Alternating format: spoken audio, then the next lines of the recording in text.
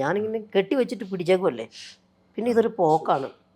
Cut പറഞ്ഞാലൊന്നും കുതിര നിൽക്കില്ല, അതിൻ്റെ വഴിക്ക് പോയിട്ട് അതിന് തോന്നിയ വഴിക്കൊക്കെ പോയിട്ട് തിരിച്ചു വരും, പോയി പിടിച്ചോണ്ട് പോകാന്ന് പറഞ്ഞിട്ട്.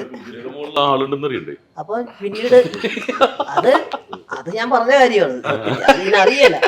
നമ്മളിതിനെ പിടിച്ചാൽ നിൽക്കാത്തതുകൊണ്ടാണല്ലോ ഇത് പോകുന്നത്. അപ്പൊ ഈ കുതിരയ്ക്ക്, ഞാൻ ഓടിക്കുന്ന കുതിരയ്ക്ക് 2 പേരാ. ഒരാള് സ്റ്റാർട്ടിങ് പോയിന്റിലും ഒരാള് ഫിനിഷിംഗ് പോയിന്റിലും. എടാ എന്ന് പറഞ്ഞ യുദ്ധമല്ലേ എടാ, ഈ യുദ്ധം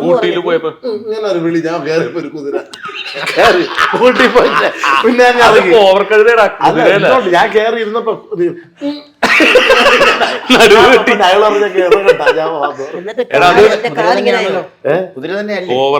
ഇവിടെ നമ്മളെ ആക്കുളത്ത് പണ്ടുണ്ടായിരുന്നു. എന്നിട്ട് രണ്ടുപേരും സ്റ്റാർട്ടിംഗ് പോയിന്റ് ഫിനിഷിംഗ് പോയിന്റ് ആളുണ്ടാവും. പിന്നെ കാരണം ഇത് അടിച്ച് സ്റ്റാർട്ട് പറഞ്ഞു കഴിഞ്ഞാല് 3-4 കുതിരകളും അതിന്റെ മേളിൽ ആളും കൊണ്ട് പുറകെ കൂടി ഇവര് എന്നുള്ള ഒച്ചയും വെച്ചിട്ടല്ലേ വരുന്നേ. അപ്പൊ ഇതിനൊരു വിരളിയും കൂടെ ഉണ്ട്, സാധനം വിരളി പിടിച്ചിട്ടായി തോന്നുന്നു. അങ്ങനെ അന്നേരം പോട്ടെ, കിട്ടിയാ കിട്ടി എന്നുള്ള രീതിയിൽ. അല്ല, ഇത് കുറെ ദിവസം ട്രെയിൻ ചെയ്താലേ കുതിരയെ പറ്റുള്ളൂ. കാരണം വണ്ടിക്കൊക്കെ കൺട്രോൾ ഉണ്ട്, കൺട്രോൾ ഇല്ലല്ലോ.